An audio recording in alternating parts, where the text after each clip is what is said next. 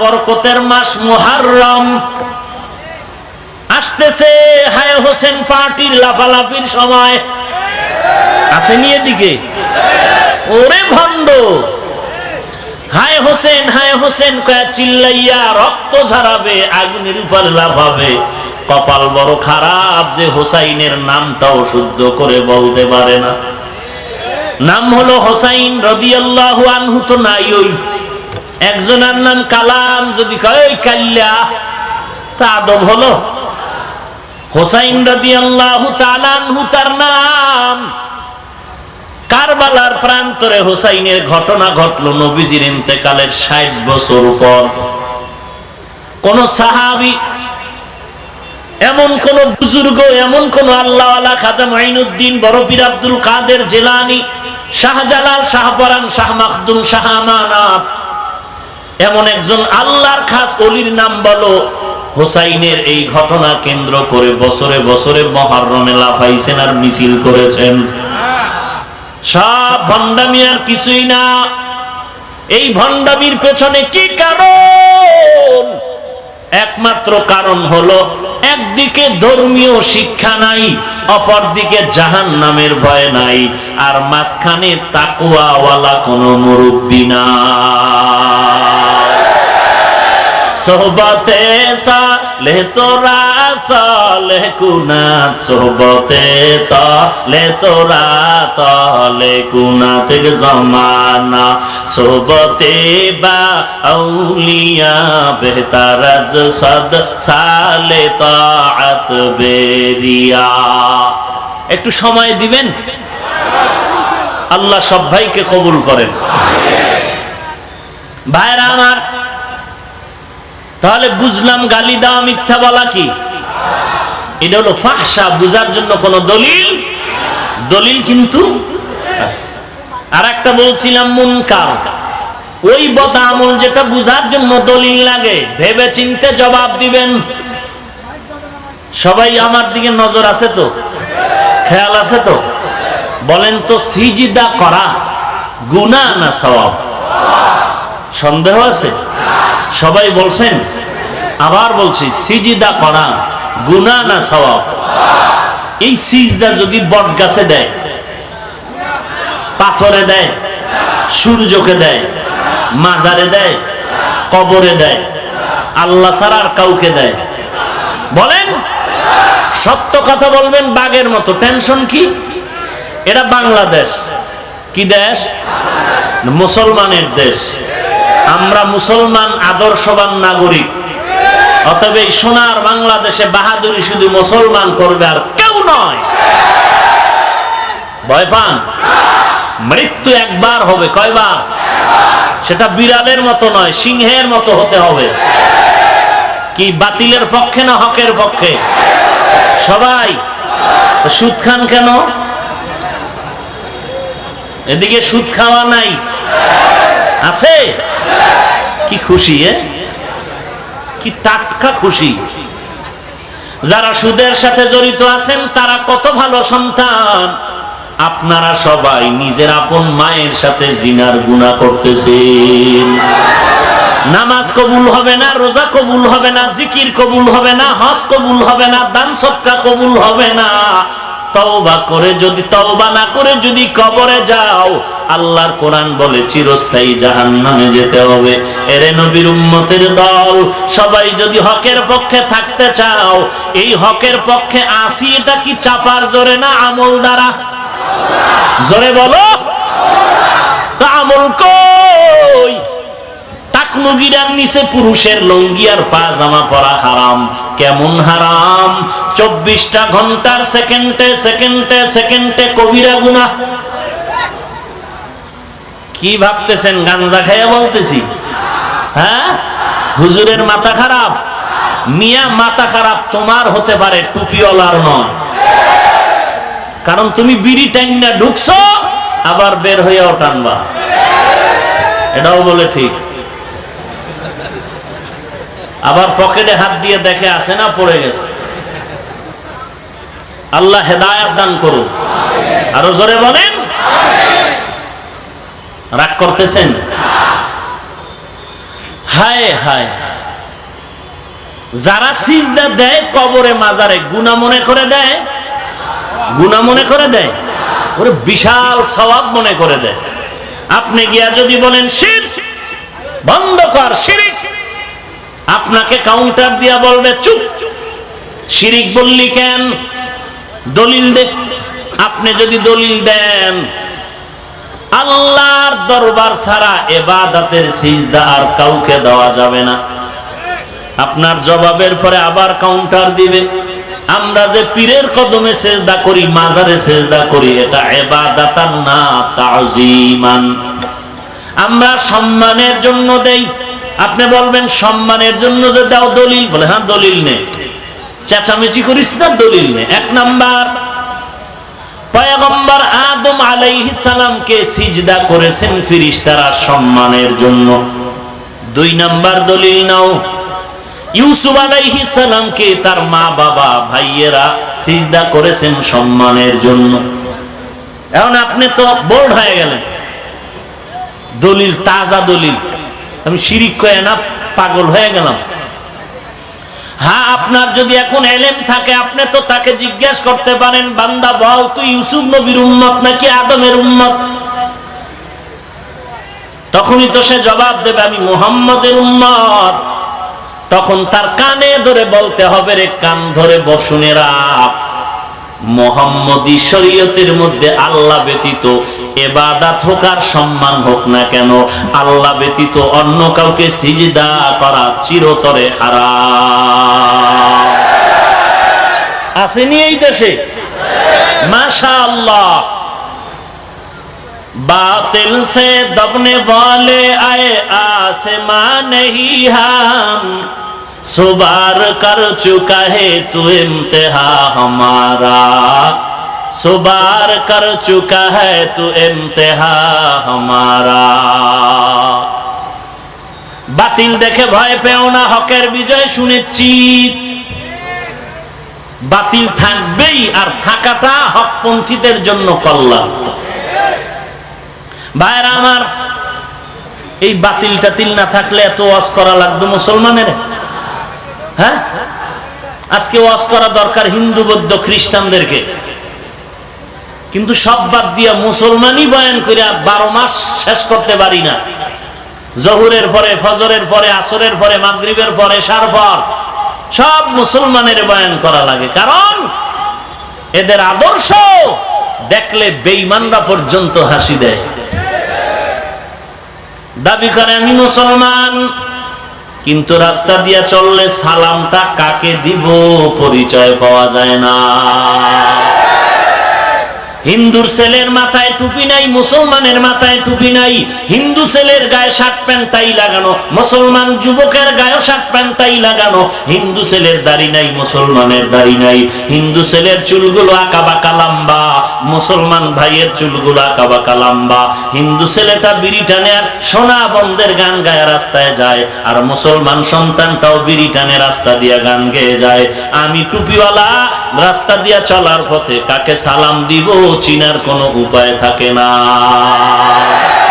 মুসলমানি বুয়াদ গর্দন নেহাদান, এনানে খুদ বদস্তে খাজা দাদান, গর্ব সুরত আদমি ইনসাবুদে, अहमद बू जहलो हम एक साबुदे, आदमीरा आदमियत लाज़िमास, औदेरा गर्बुना बाशुद है जमास।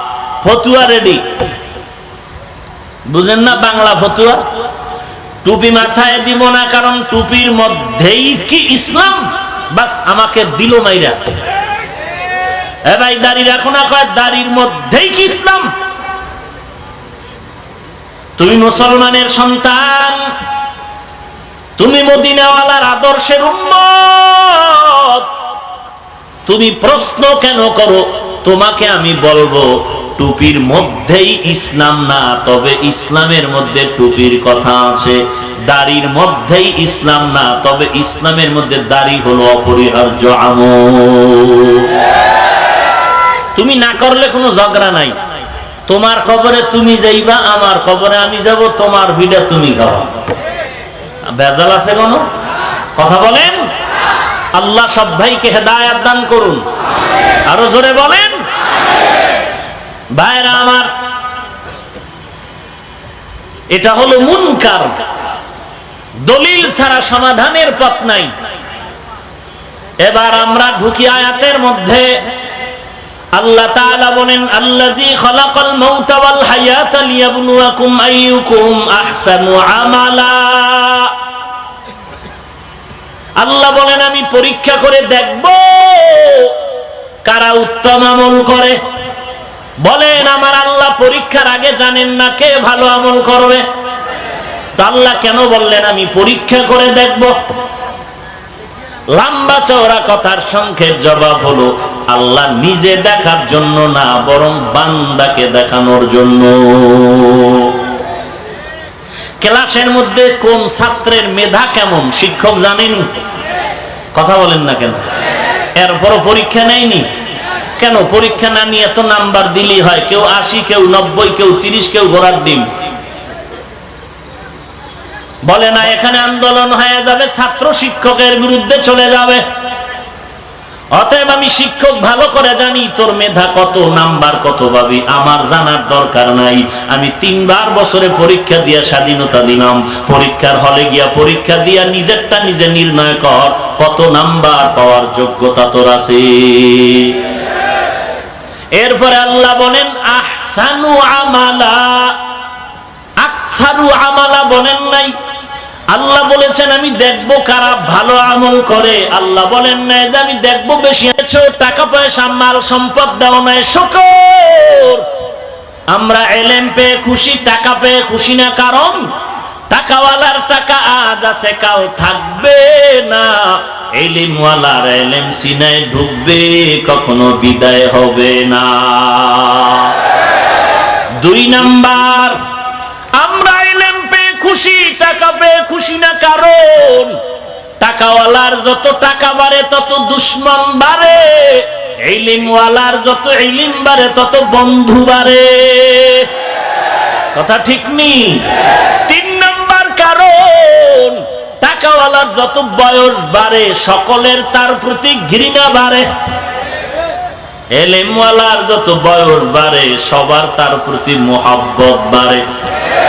হাটহাজারীর হযরতের জুতা টানার জন্য কত বড় বড় আলেমরা লাইনে দাঁড়ায় থাকে। বরকত, এটা হাটহাজারীর বরকত না, এটা ইলমের বরকত। হাটহাজারীর হুজুর হেলিকপ্টারে চড়ে, চরমনায়ের হুজুর চলে। আল্লাহর বান্দারা, কোরআনওয়ালারা হেলিকপ্টারে চলে, এটা মুসলমানের জন্য বড় গৌরব। হাফিজুর রহমানের বাবা 14 গোষ্ঠীরে বিক্রি করলে হেলিকপ্টারের ভাড়া হবে না। এরপরও আল্লাহ কেন তারে উঠাইছে? হাফিজুর রহমানের এটা ব্যক্তিগত মাস্তানি না, আল্লাহর কোরআন এত সম্মানের জায়গা। এরে নবীর উম্মত, তুমি তো টের পাও নাই। মুসলমান তোমার জন্য গৌরব, তুমি করবা প্রশংসা, তুমি দাও গালি। এরে মুসলমান ভাই, নবীর উম্মতের দল হাফিজুর রহমানকে 13 বার গালি দিয়েছ। বলো মুসলমান হিসাবে কয়বার হেদায়েতের দোয়া করেছো? এই মুনাফিক, 13 বার গালি দেওয়ার সুযোগ পেয়েছো। হাফিজুর রহমানের জন্য মুসলমান হিসাবে একবারও কি দোয়া করেছো রে মুনাফিক? গালি দেওয়ার সুযোগ পাইলি, দোয়া করার সুযোগ পাইলি না। ও আল্লাহ, হাফিজুর রহমানের দ্বারা ইসলামের তেমন ক্ষতি হয় না, বরং উপকার। তুমি তারে হেদায়েতের দরজায় কবুল করো, ইলম আমলে বরকত দান করো। 2-1টা ভুল থাকলে কাছে ডাইকা ধরায় দিতা, হাফিজ ভাই তোমার মধ্যে এই ভুলটা আছে, তুমি এটা সংশোধন হয়ে যাও। 13 বার গালি দেওয়ার সুযোগ পাইলা, ভুলটা ধরাইয়া দেওয়া আর দোয়া করার সুযোগ পাইলা না রে মুনাফিক ভাই। বড় দুঃখ। আল্লাহ হেদায়েত দান করুন। আরো জোরে বলেন। বেশি আমল না ভালো আমল? ভালো আমলের জন্য কয় গুণ? 1 নাম্বার গুণের নাম ইলম। এই ইলম পাওয়া যাবে 2 রাস্তা। কয় রাস্তা? 1 নম্বরে রিজালুল্লাহ, 2 নম্বরে কিতাবুল্লাহ। ইলম অন্বেষণ করার রাস্তা 2টা। 1 নম্বরে ব্যক্তি, 2 নম্বরে কিতাব। ওস্তাদ ছাড়া শিখা যাবে কিতাব? তাহলে ওস্তাদ লাগবে নি? ইমাম লাগবে নি? মুরব্বি লাগবে নি? যারা বলে আমরা ব্যক্তি মানি কিতাব মানি না তারা গোমরাহ, যারা বলে আমরা কিতাব মানি ব্যক্তি মানি না তারাও গোমরাহ। এরে নবীর উম্মতের দল, কিতাব বুঝার জন্য ওস্তাদ দরকার, ইমাম দরকার, মুরব্বি দরকার। এরে আল্লাহর নবী দুনিয়াতে আসার আগের মুহূর্ত মক্কার মানুষ বড় খারাপ। কারণটা কি? একমাত্র কারণ তাদের মুরব্বি ছিল না। ভাইরা আমার, এই ইলম অর্জন করার রাস্তা 2টা, ব্যক্তি আর কিতাব। ভালো আমলের জন্য 4 গুণের 1 নাম্বার গুণের নাম ইলম। এই ইলম পাওয়ার রাস্তা 2টা, ওস্তাদ আর কিতাব, ব্যক্তি আর কিতাব। এরে নবীর উম্মতের দল, যারা আজকে আমাদের গালি দেয় আর বলে আমরা ব্যক্তির পূজা করি, ব্যক্তির পূজা করি।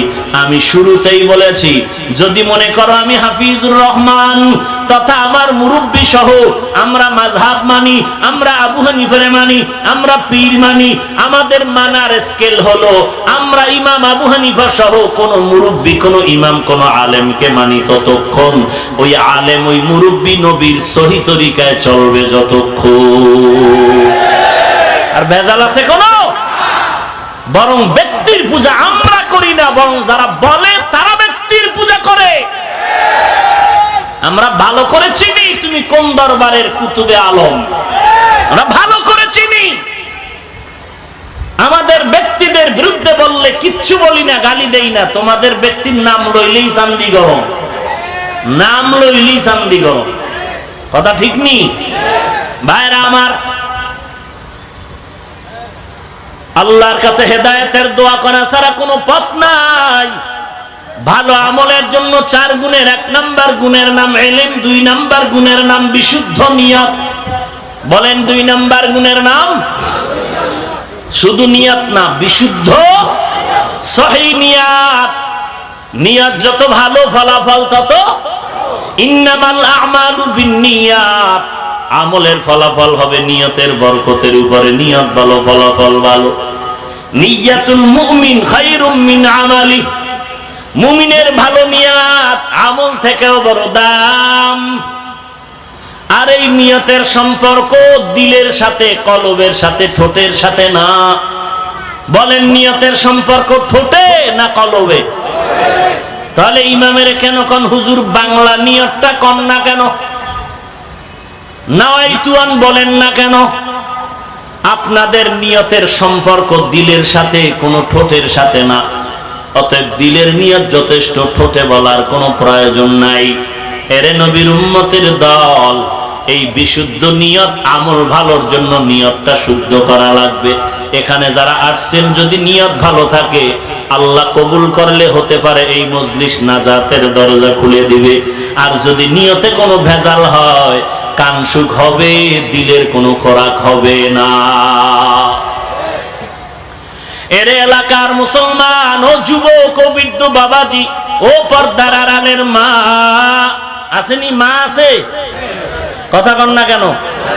এরে পর্দার আড়ালের মা বোনেরা ভালো করে শুনে নাও, আমিও একটা মায়ের সন্তান। এ মা, মনে কি চায় না তুমিও এমন এক সন্তানের মা হয়ে কবরে যাও? তোমার সন্তান জানাজার ইমাম হয়ে যাবে, কবরের কিনারায় গিয়া সন্তান কোরআন তেলাওয়াত করে দোয়া করবে। এরে পর্দার আড়ালের মা ও সন্তানের বাবারা বসে আছো, আমার বাবা আমাকে কোরআন পড়াইয়া ভুল করে নাই। ওই সময় মাদ্রাসায় পড়তে কষ্ট লাগতো, আর এখন হাঁটতে চলতে 24টা ঘন্টা মা বাবার জন্য দোয়া করি। আমার বাবা কত ধন্য বাবা, আমার মা কত ধন্য মা। এরে পর্দার আড়ালের মা ও বাবা, তুমি তো হাফেজে কোরআনওয়ালার মা, আজকে এই বিশাল কিশোরগঞ্জের স্টেজে কত ছাত্রকে কোরআন অন্তরে ঢুকার কারণে পাগড়ি দেওয়া হলো সম্মানের। ওর মা বাবার কলিজা ঠান্ডা হয়ে গেল। হাসরের ময়দানে এই হাফেজে কোরআনের বরকতে মা বাবা জান্নাতে চলে যাবে। এরে আল্লাহর বান্দা, দলাদলি বাদ দাও। কবরে গেলে কিন্তু কে কোন দল করো প্রশ্ন করা হবে না। প্রশ্ন হবে তিনটা: রবের পরিচয় দাও, ধর্মের পরিচয় দাও, রহমাতুল লিল আলামিনের পরিচয় দাও। নাকি বলা হবে তুমি কোন পীরের মুরিদ? প্রশ্ন করা হবে না, না। তিনটা প্রশ্ন রেডি করিয়া কবরে যাও। রবের কোরআন পড়, রবের হুকুম মতো জীবনটা চালাও, ইসলাম ধর্মটারে আপন ধর্ম বানায় নাও। এরে যুবক ও কিশোরগঞ্জের মুসলমান, এমন একজন নবী পাইলি যেই নবীকে দিয়া চ্যালেঞ্জ করবি দুনিয়ার বেঈমানের সামনে, আর বলবি রে বেঈমান, আমার নবী কেমন পাওয়ারফুল নবী। আমার দুনিয়াতে কত আদর্শ দেখেছি, মাও সেতুনের আদর্শ, লেনিনের আদর্শ, কার্ল মার্ক্সের আদর্শ, আব্রাহাম লিঙ্কনের আদর্শ। আল্লাহর কসম, দুনিয়ার সকল আদর্শগুলো নাপাক, একমাত্র মদিনার আদর্শই হলো পাক। হামসিরাতে মুস্তফা দর তামামি হালে উকুন ইত্তেবায়ে সুন্নতে খায়রুল বশর গিরে লাজিম তাবয়া বি আই পেশা। এরে নবীর উম্মতের দল, বলো হে যুবক, আমিও তো তোমার মতো একটা যুবক সন্তান। কোরআন হাদিস পড়ে মাথা নষ্ট করি না রে ভাই। টুপির কারণে মাথাটা তোমার গরম হয়, আমারটা কেন গরম হয় না? লম্বা জামা পরলে শরীরটা কেমন যেন আটকানো হয়, তোমার শরীরটা আটকানো লাগে, আমারটা কেন লাগে না রে বাবা? যতই কথা বলো তোমার থেকে মেধা মোটেও কম নাই। টুপি মাথায় দিলে মাথা গরম হয়, তুই বুঝছো আমি বুঝি না, ব্যাপারটা এমন না। এরে যুবক আল্লাহর গোলাম, কত লাইনে পায়ে হাত রেখে নরম নরম ভাষা দিয়ে বুঝায় বলি, বাবা দাড়িটা লম্বা কর, 5 ওয়াক্ত নামাজ পড়, টুপিটা মাথায় দাও। এত বুঝানোর পরেও তুমি টুপি মাথায় দিতে চাও না। আর আমাদেরকে কত গালাগালি, আমাদের এত কষ্ট, এই টুপির কারণে কত গালাগালি শুনতে হয়, এরপরও আমরা টুপি ফালাই না, দাড়ি ফালাই না, নামাজ বাদ দেই না। এখানে কোনো বাঘের বাচ্চা থাকলে দাঁড়ায় বল, নবীর সুন্নতের টুপি দাড়ি বাদ দিয়া তুই কত আরামে আছো, আর আমরা নবীর তরিকায় কোরআন হাদিস পড়িয়া কত কষ্টে আছি, একটু দাঁড়ায় বলো। বরং আল্লাহর শকর কসম করে বলি, নবীর আদর্শওয়ালা কোরআনওয়ালাদের মতো সম্মানে আর শান্তিতে দুনিয়াতে আর কেউ না। রাস্তা দিয়া চললে সালাম তো টুপিওয়ালারাই পায়, আর কেউ পায় না রে ভাই। দোয়ার জন্য তো লাইনে টুপিওয়ালার কাছেই দাঁড়ায়, আর কারো কাছে যায় না রে ভাই। আজকে তোমার মতো যুবক স্কুল কলেজে লেখাপড়া করে নামাজি দাড়িওয়ালা আছে না নাই? ওরে আল্লাহর বান্দা যুবক, তুমি কেন পারবা না? তোমার মতো যুবক কৃষি কাজ করে নামাজ বাদ দেয় না, অভাব নাই। তোমার মতো যুবক ড্রাইভারি করে নামাজ বাদ দেয় না, অভাব নাই। তোমার মতো যুবক র্যাব, আর্মি, পুলিশ, বিডিআরের চাকরি করে নামাজ বাদ দেয় না, অভাব নাই। তোমার মতো যুবক কোটি টাকার ব্যবসা করে নামাজ বাদ দেয় না, হারাম খায় না, অভাব নাই। এ যুবক ডানে বামে তাকায় দেখ, কত যুবক দাড়িওয়ালা নামাজি। সেদিন ঢাকাতে আমার মাদ্রাসায় কয়েকটা যুবক চলে আসলো, আমার মতো জামা গায়ে লাগানো, মাথায় টুপি লাগানো। সালাম, কেন আসছো? বাড়ি কই? বলে কুমিল্লা এলাকায়। কেন আসছো? বলে দোয়া নেওয়ার জন্য। কি করো? এক ছেলে বলে আমি কলেজে পড়ি, আর এক ছেলে বলে স্কুলে পড়ি। কি জন্য আসছো? কি ব্যাপার এখন? বলে আর স্কুল কলেজে পড়বো না, মাদ্রাসায় পড়বো। আমি বললাম কারো পরামর্শ নিয়েছো? বলে না না। আমি বললাম তো আমার পরামর্শ নিবিনি? বলে হ্যাঁ। মানবি? বলে হ্যাঁ মানবো। আমি বললাম রে যুবক, তাড়াতাড়ি বাড়ি যা, মা বাবার সাথে পরামর্শ করিয়া স্কুলের লেখাপড়া বাদ দিবি না, কলেজের লেখাপড়া বাদ দিবি না। পার্শ্বে যদি কোনো মাদ্রাসা থাকে ফাঁকে ফাঁকে গিয়া ইমাম আলেমদের থেকে কোরআনটা শুদ্ধ করে শিখবি, ফাঁকে ফাঁকে ইসলামের কিতাবগুলো পড়বি। আমি ব্যবস্থা করে দিব, মাঝে মাঝে যোগাযোগ করবি। আমি চাই না তুই স্কুল কলেজ বাদ দিয়া এই লাইনে চলে আসবি। আমি চাই তুই কলেজ ভার্সিটির লেখাপড়াটাও ঠিক রাখ। একদিন আল্লাহ কবুল করলে তুই এক সময় এফবিআর মন্ত্রী হবি, এক সময় তুই সরকারি চাকরিজীবী ডিসিএসপি হবি। তোর মতো মানসিকতা বান্দা যদি এই সমাজে থাকে, এই দেশে ইসলামের খেদমত হবে অনেক বেশি।